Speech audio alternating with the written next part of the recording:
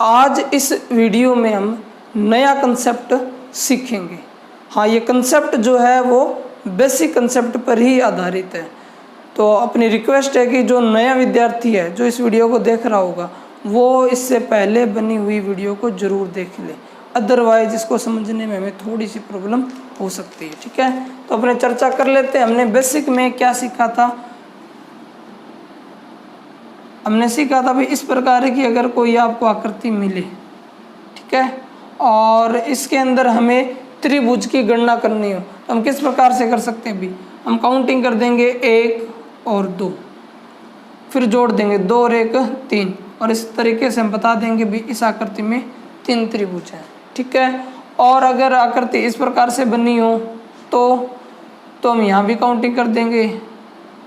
तो 2 और 1 3, 2 और 1 3, 3 और 3 6। तो इस प्रकार से बता देंगे इस आकृति में कितने त्रिभुज हैं? 6 त्रिभुज हैं। ठीक है, ऐसे ही अगर 3 रेखाएं हों तो 1 2 1 2 1 2, इस प्रकार से काउंटिंग कर देंगे। 2 और 1 3, 2 और 1 3, 2 और 1 3, तो 3 3 6 और 3 9, यानी इस आकृति में कितने त्रिभुज हैं?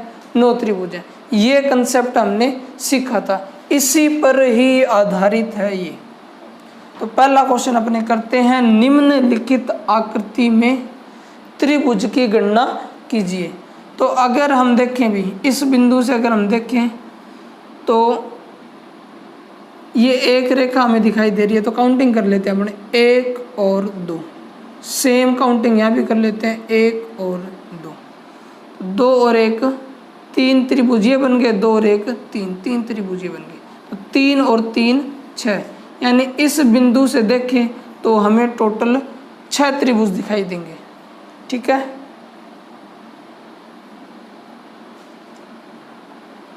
और यदि हम इस बिंदु से चर्चा करें, इस बिंदु से चर्चा करें तो हमें दिखाई देगा अभी काउंटिंग पर 1 2 1 2, 2 और 1 3, 2 और 1 3, यानी यहाँ से भी 3 और 3 6 त्रिभुज बनेंगे।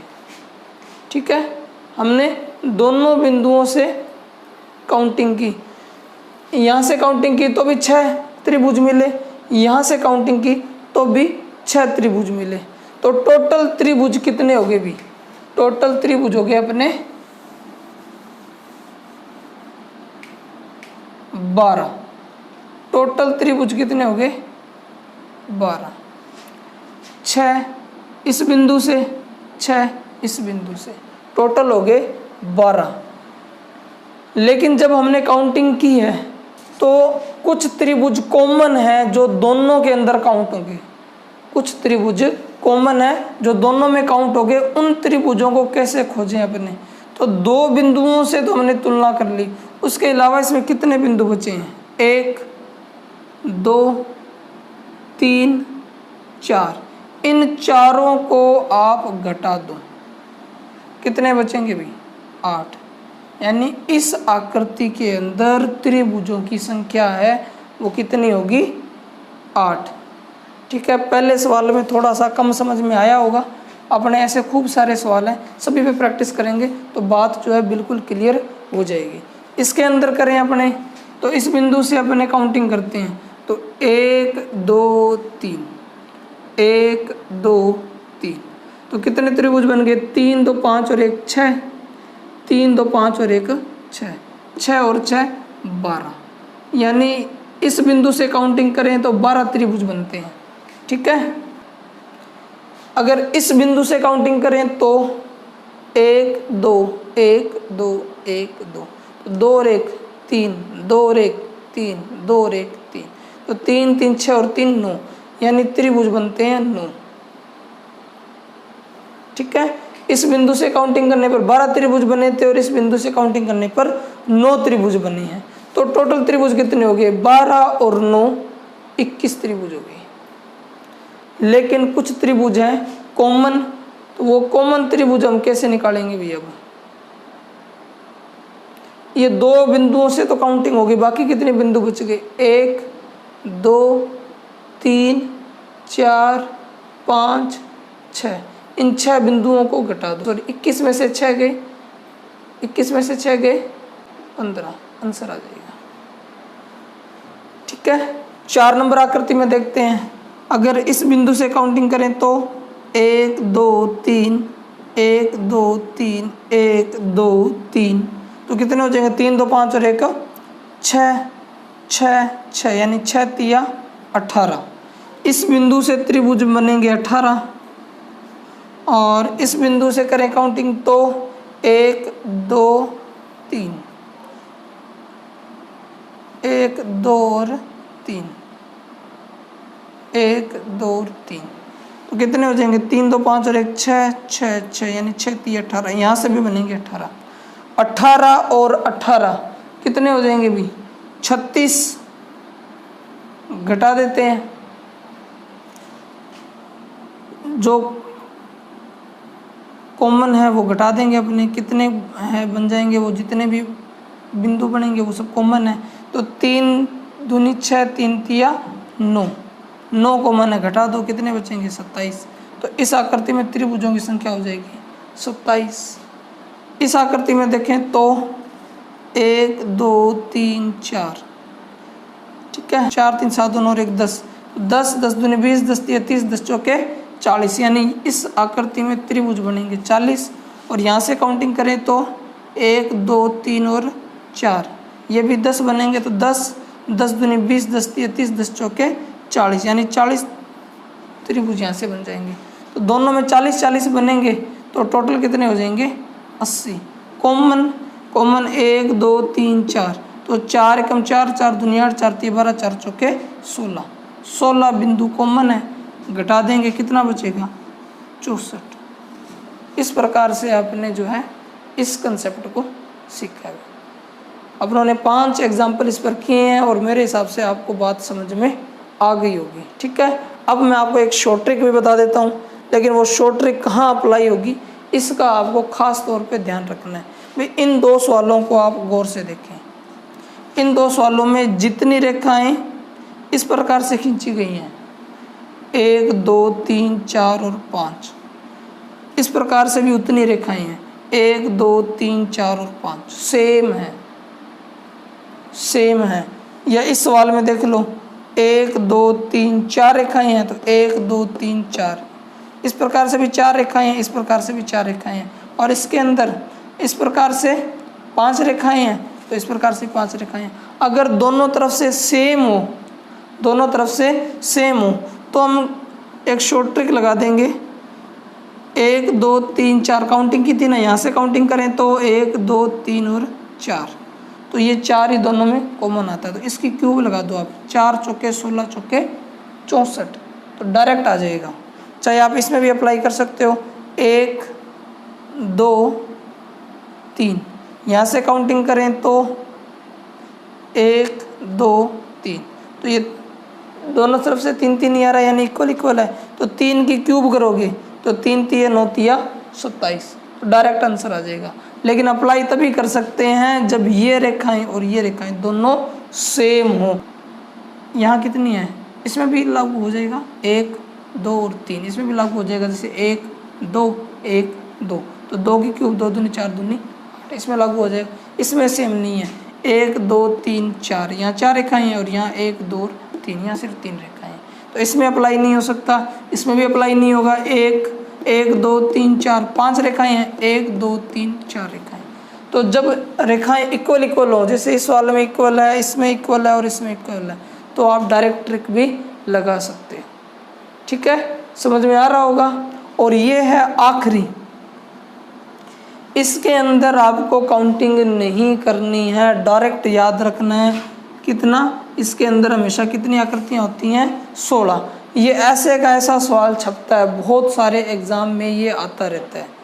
ठीक है, अगर कोई रेलवे का एग्ज़ाम दे रहा है तो किसी ना किसी शिफ्ट के अंदर काउंटिंग ऑफ फिगर के अंदर ये ऐसा का ऐसा ही छपेगा, और इसका आंसर क्या होता है? फिक्स 16। ठीक है, आप काउंटिंग भी करके देख लेना, क्योंकि टाइम लगेगा, क्योंकि इसकी कोई ट्रिक है नहीं, इसलिए आप डायरेक्ट इसका रट्टा लगा सकते हो। इसके अंदर हमेशा कितनी आकृतियाँ बनेंगी? 16, और एग्ज़ाम में ये इसी शक्ल में पूछा जाता है। ठीक है, अब अपने करते हैं नेक्स्ट।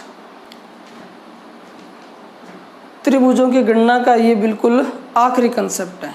इसके बाद अपने जो नेक्स्ट वीडियो होगी उसमें अपने वर्ग और आयत की गणना से संबंधित क्वेश्चन करेंगे।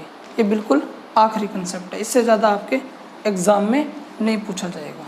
ठीक है, 2 प्रकार से हमने आकृतियों को बनाया अभी।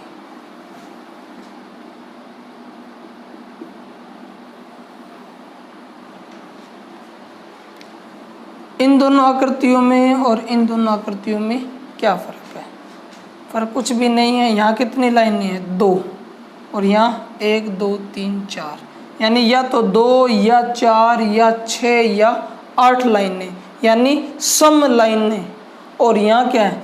1 2 3 या 1 2 3 4 5, यानी विषम लाइनें 3 5 7। तो सम लाइनें दी हों और विषम लाइनें दी हों तो इनका अपना एक रूल है। तो एक छोटा सा फॉर्मूला आपको याद रखना पड़ेगा ताकि हमें इनकी गणना करने में दिक्कत ना हो। सम के लिए क्या फॉर्मूला है?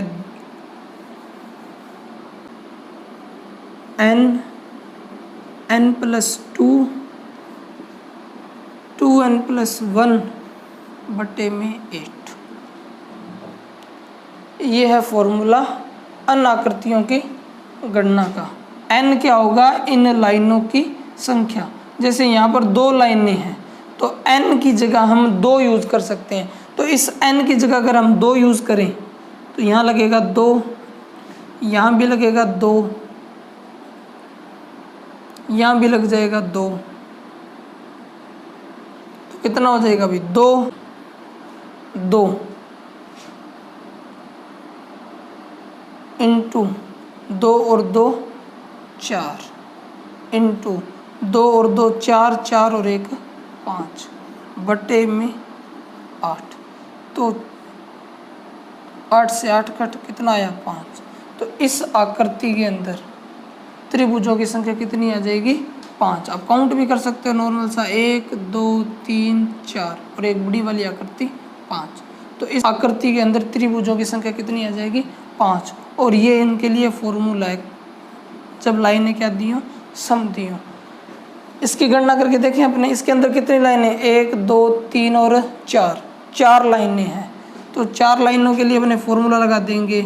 n के लिए यहाँ लगा देंगे 4, यहाँ भी लगा देंगे 4 और यहाँ भी लगा देंगे 4। तो क्या हो जाएगा फिर फॉर्मूला?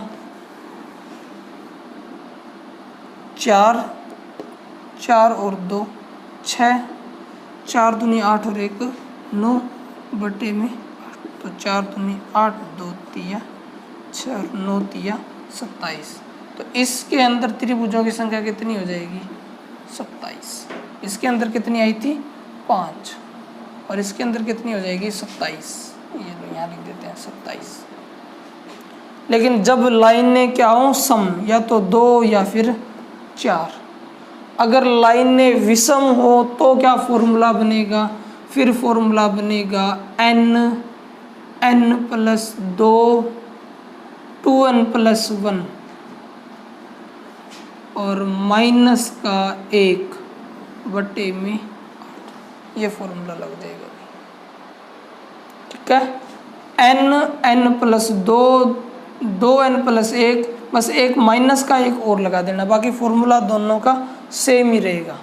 ठीक है, तो यहाँ आकृतियाँ कितनी है? 3 लाइनें हैं तो n की जगह हम 3 यूज़ कर देंगे, यानी 3 और 2 5, 3 दूनी 6 और 1 7 और माइनस का 1 बटे में लगा देंगे अपने 8। और इसको करें सॉल्व तो 5 7 35, 35 तिया 105, 105 में से 1 गया 104 बटे में 8, 8 का भाग दे देते हैं तो 8 एकम 8 और 8 तिया 24। तो इस आकृति में कितने त्रिभुज बनेंगे? 13 त्रिभुज बन जाएंगे। ठीक है,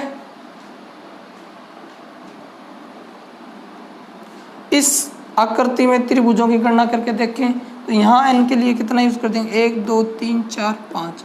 n के लिए 5 यूज़ कर देंगे तो यहाँ आ जाएगा 5, फिर 5 और 2 7, फिर 5 दूनी 10 और 1 11, माइनस का रहेगा 1 बटे में रहेगा 8। ठीक है। 384/8 भाग दे देते हैं अपने, ये माना जाएगा आपका 8 चौके 32 और 8 बटू 64 यानी 48। तो इस आकृति के अंदर त्रिभुजों की जो संख्या है वो आ जाएगी 48। ठीक है, कंसेप्ट समझ में आया होगा। मेन है फॉर्मूला, सम के लिए फॉर्मूला क्या है, n + 2n + 1/8। और विषम संख्याओं के लिए भी फॉर्मूला सेम है, बस माइनस का 1 लगा देंगे। सम और विषम का पता कैसे चलेगा, लाइनों से। यहाँ लाइनें हैं 2 और यहाँ लाइनें हैं 4, तो ये हो गए सम। यहाँ लाइनें हैं 3 और यहाँ लाइनें हैं 5, तो ये हो गया विषम। ठीक है, आज के लिए इतना काफ़ी रहेगा। नेक्स्ट वीडियो के अंदर जो अपने वर्ग और आयत से संबंधित क्वेश्चन करेंगे और इस चैप्टर को कंप्लीट कर देंगे।